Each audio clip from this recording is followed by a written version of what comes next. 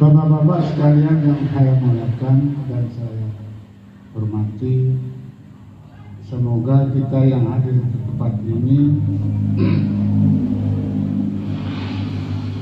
selalu dilindungi oleh Allah SWT dan dimudahkan segala urusan oleh Allah SWT kepada kita semua. Karena kita hidup ini pasti ada punya persoalan. Kita ini manusia itu banyak sekali persoalan. Umat Muhammad ini di akhir zaman banyak sekali ujian, godaan. Apalagi dengan kondisi musim sekarang ini, musim-musim suhu perdebatan tentang kepemimpinan di sana sini yang sangat luar biasa. Maka kalau kita sebagai umat Islam tidak pandai-pandai menyaring berita, tidak pandai-pandai menyaring sesuatu informasi yang kita terima telan mentah-mentah, kita bisa berbahaya. Maka kita ini harus berhati-hati dalam semua persoalan terutama kehidupan ini. Coba kita cerna baik-baik. Yang terjadi sekarang ini, yang dibutuhkan manusia sekarang ini di situasi sekarang ini adalah jumlah kepala. Jadi mohon maaf supaya dicerna masing-masing. Yang dibutuhkan saat ini memilih tokoh apapun, yang dibutuhkan jumlah kepala atau jumlah orang. Tidak pernah terlintas di pikiran kita isi kepala, tapi yang dipikirkan jumlah kepala, bukan isi kepala. Maka Allah itu mengingatkan kepada kita hambanya, yaitu kabura maqtan indallahi an taqulu ma la taf'al. Allah itu sudah mengingatkan kepada kita di Al-Quran, Allah itu sangat murka kepada orang yang bicaranya tidak sesuai dengan apa yang dibuat. Itu orang sudah rasa sekarang di situasi sekarang. Kabura maqtan indallahi an taqulu ma la taf'al. Dan mungkin orang-orang ini termasuk diri saya ini terperangkap seperti itu, termasuk terkontaminasi seperti itu. Saya kasih contoh. Bayangkan kita yang hidup paling bawah, mungkin pergaulan kita cuma bolak-balik pangkalan ojek rumah. Dia tahu itu situasi Jakarta yang notabene yang berdebat di pusat itu orang-orang intelektual. Kita yang di bawah juga ikut berdebat. Akhirnya di antara kita ini kadang-kadang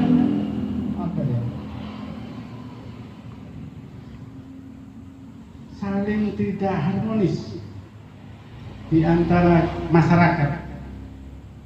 Karena kita ini menelan informasi itu hanya ditelan, tidak berpikir ini obat ini.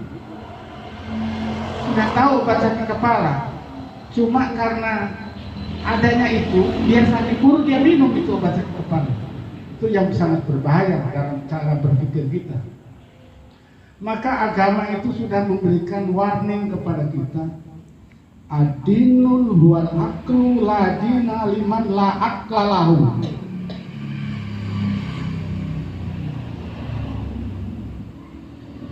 Sesuatu itu harus sesuai dengan akal, artinya harus dicerna dengan akal. Tapi ketika bicara agama, jangan kita mengandalkan akal. Kata Nabi, la tak dulu kodroh, karena kita tidak akan sampai ke sana.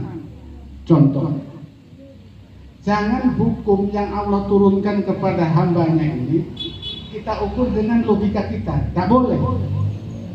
Tidak boleh. Sekali lagi, jangan agama syariat itu diukur dengan logika kita. Tidak boleh. Kenapa Pak Sutoyo bilang tidak boleh? Wa ma utitum minal ilmi illa qalila. Kita ini ilmunya sedikit yang Allah berikan kepada kita, seperti yang digambarkan peristiwa Nabi Khidir ketika diuji oleh Allah, melihat burung yang terbang di atas laut, yang minum air laut. Hanya sebatas itu ilmu kita yang Allah berikan kepada kita. Contoh, ketika Nabi Musa alaihissalam bertemu dengan Nabi Khidir, ya Musa, apakah engkau sanggup akan mengikutiku? Nabi Musa berkata sanggup, karena salah satu Rasul Allah yang paling cerdas, yang paling pintar adalah Nabi Musa alaihissalam, karena dia mampu bercakap dengan Allah.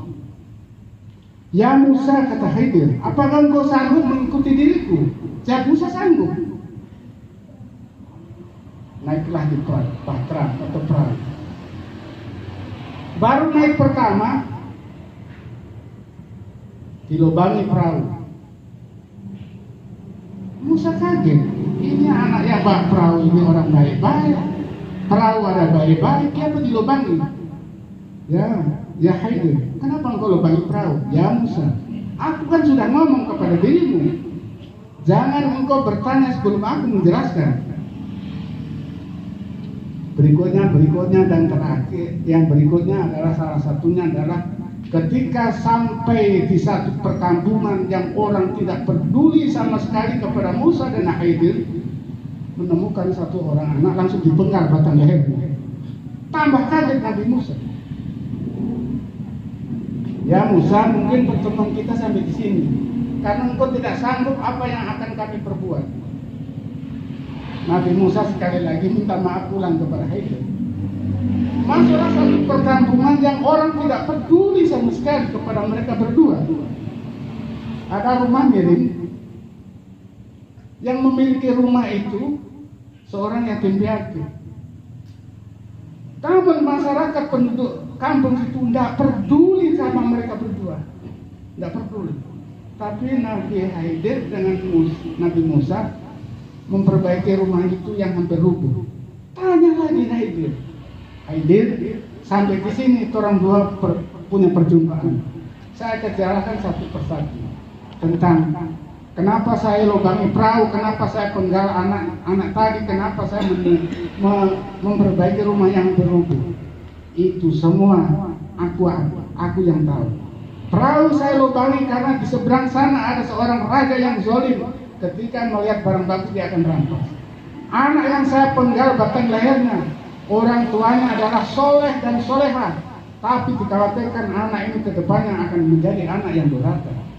Rumah yang saya perbaiki yang miring, notabene penduduknya tidak peduli sama kami berdua.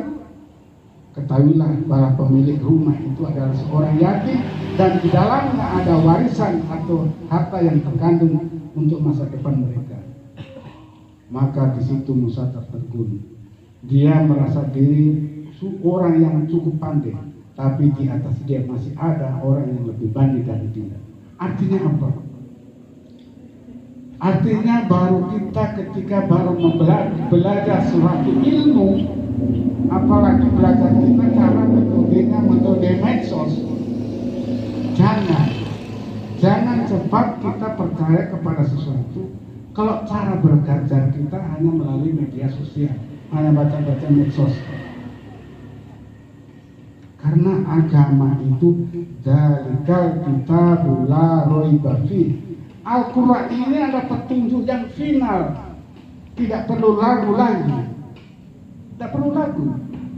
Dan Al-Quran karena sudah final tadi, yang tercantum di dalam Al-Quran sudah final, maka yang bisa menerima Al-Quran secara kafah, secara final, hudalil muttaqin, bagi petunjuk bagi mereka orang-orang yang bertakwa.